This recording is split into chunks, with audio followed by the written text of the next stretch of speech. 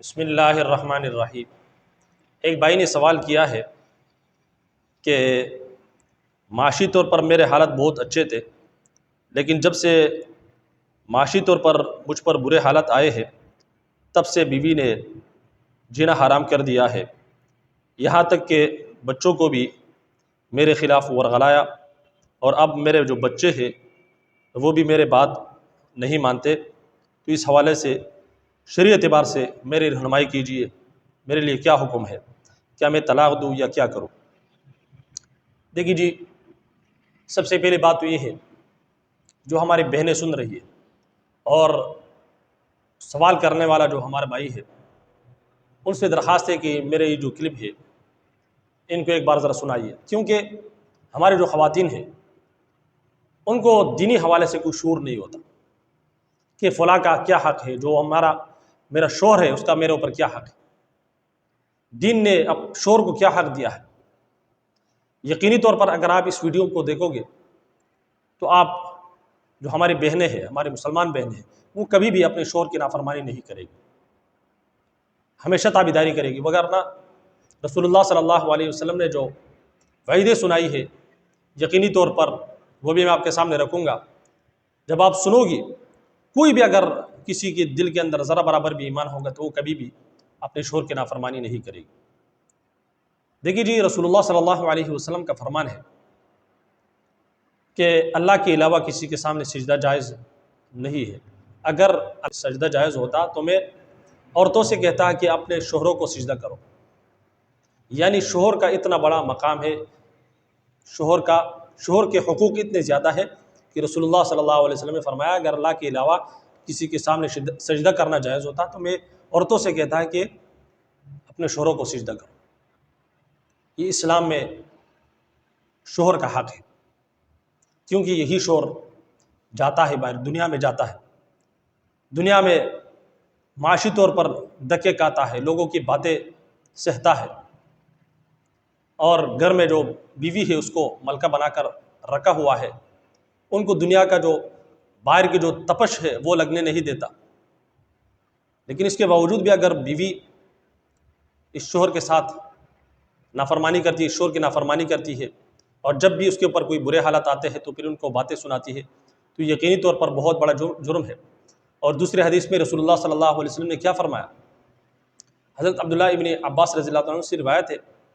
کہ آپ صلی اللہ علیہ وسلم نے فرمایا کہ میں نے آج جہنم میں ایسا منظر دیکھا، اس سے پہلے میں نے کبھی وہ منظر نہیں دیکھا، اور جہنم کے اندر میں نے مردوں کے بنسبت عورتوں کو زیادہ پایا۔ تو صحابہ اکرام نے عرض کیا اللہ کے رسول ایسا کیوں؟ تو آپ صلی اللہ علیہ وسلم نے فرمایا کہ ان کی کفر کی وجہ سے۔ تو صحابہ اکرام رضوان اللہ تعالیٰ علیہ اجمعین نے عرض کیا اللہ کے رسول کیا اللہ کا کفر کیا، انہوں نے اللہ کا انکار کیا؟ تو آپ صلی اللہ علیہ وسلم نے فرمایا کہ وہ عورتیں جو اپنے شوہروں کی نافرمانی کرتی ہیں، زندگی بھر ان کے اوپر احسان کرے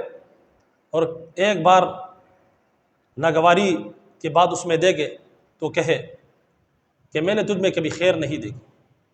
یعنی کہ زندگی بھر ان کے ساتھ احسان کرے لیکن کبھی بھی ان کے اوپر کوئی ایسی حالت آ جائے تو پھر ان کو تانا دینا شروع کر دیتی ہے۔ تو یاد رکھیے ایسی عورتیں کہ جو حالت آنے کے ساتھ، برے حالت آنے کے بعد اپنے شوہر کو تانا دیتی ہے، تو ایسے عورتوں کے بارے میں رسول اللہ صلی اللہ علیہ وسلم نے یہ سخت وعید فرمائی ہے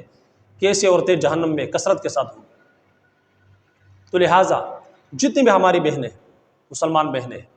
جو جن کی ابھی شادی نہیں ہوئی، آگے شادی ہونے کو ہے، ان کے لیے بھی پیغام ہے، اور جن کی شادیاں ہو چکی ہیں وہ اپنے شوہروں کی فرما برداری کرے، کیونکہ شوہر کی فرما برداری کرنا یہ عورت کے اوپر واجب ہے، اور شوہر کی نافرمانی یہ عورت کے لیے حرام ہے، ناجائز عمل ہے۔ تو لہٰذا اگر آپ نے اپنے آپ کو جہنم کی آگ سے بچانا ہے تو اپنے شوہر کی فرما برداری کرنی ہوگی، وگرنہ یہ تو کوئی رشتہ ہی نہیں ہوا۔ جو عورت میاں بیوی کا جو رشتہ ہے یہ زندگی بھر کا رشتہ ہوتا ہے، جب نکاح ہوتا ہے تو یہ مرتے دم تک کے لیے یہ رشتہ ہوتا ہے کہ جناب اس میں مشکل حالات بھی آئیں گے، برے حالات بھی آئیں گے، اچھے حالات بھی آئیں گے، تو ایک دوسرے کا ساتھ دینا۔ اب وہ عورت کہ جب اچھے حالات تھے تو اس وقت تو شوہر اچھا تھا، لیکن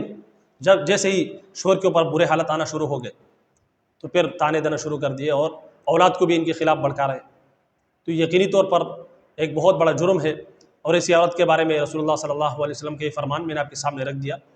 کہ ایسی عورتیں کثرت کے ساتھ جہنم میں ہوگی جو شوہروں کی نافرمانی کرتی ہے اور ذرا سی بات پر جو ہے احسان فراموشی شروع کر دیتی ہے۔ تو لہٰذا میں ہاتھ جوڑ کر کہتا ہوں ان خواتین سے کہ جو اکثر خواتین میں یہ بات دیکھی جاتی ہے